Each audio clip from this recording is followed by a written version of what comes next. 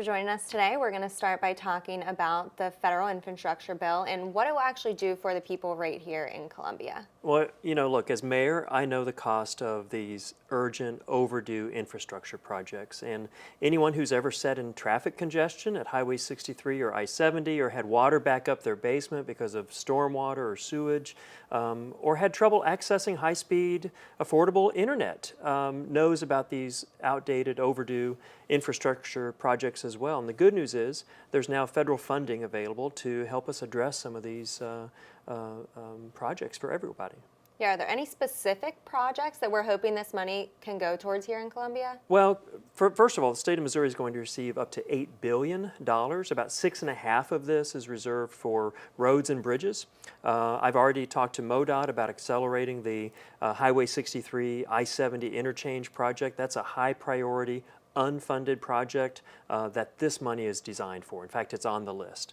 Then we have a lot of other water treatment plant, stormwater, sewer infrastructure projects that Columbia would be in line for. And the bill also promises that every American will have access to broadband. And that's great news, especially as we come out of this pandemic when people realize the value of working from home or their kids learning from home or having access to that affordable high-speed internet service. Yeah, the broadband issue I feel like has been pretty ongoing the past few months. What's your take on it and what is this bill really going to do? It has, and here in the city of Columbia, we haven't waited for this bill to get started on that. We know there's about 3 pockets of neighborhoods in Columbia, some of our oldest neighborhoods, that private carriers just won't touch because there's just not enough uptake, there's just not enough infrastructure there.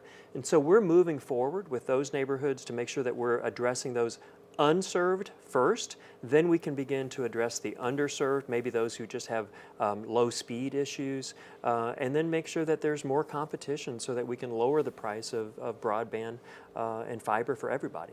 What's some of Columbia's biggest needs right now? Not when it just comes to roads and bridges, but everything that this infrastructure bill can go towards. Well, look, we are already retooling our water treatment plant for the first time, our sewer treatment plant. As Columbia continues to grow, and we're one of the fastest growing cities in the Midwest, we're going to need more of these investments. That's one of the reasons why I've already reached out to the governor and our state senator about how can we pool these federal funds and use them similar to how we do our cost share agreements now so that we can amplify or magnify the types of projects, the number and scope of projects, so we can take Columbia's existing infrastructure dollars, the money that taxpayers have already paid for, and maybe double or triple it when we start applying state and federal dollars to those projects, and we can work further down that list so that those people who have been waiting for sewer improvements in their neighborhood, maybe we get to them a little bit sooner.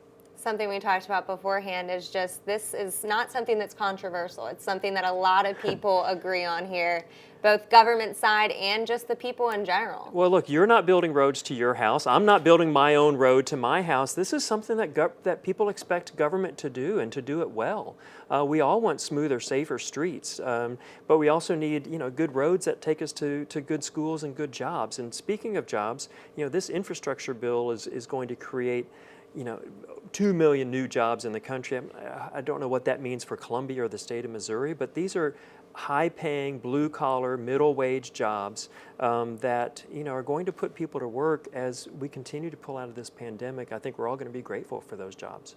Overall, it's good to have this money.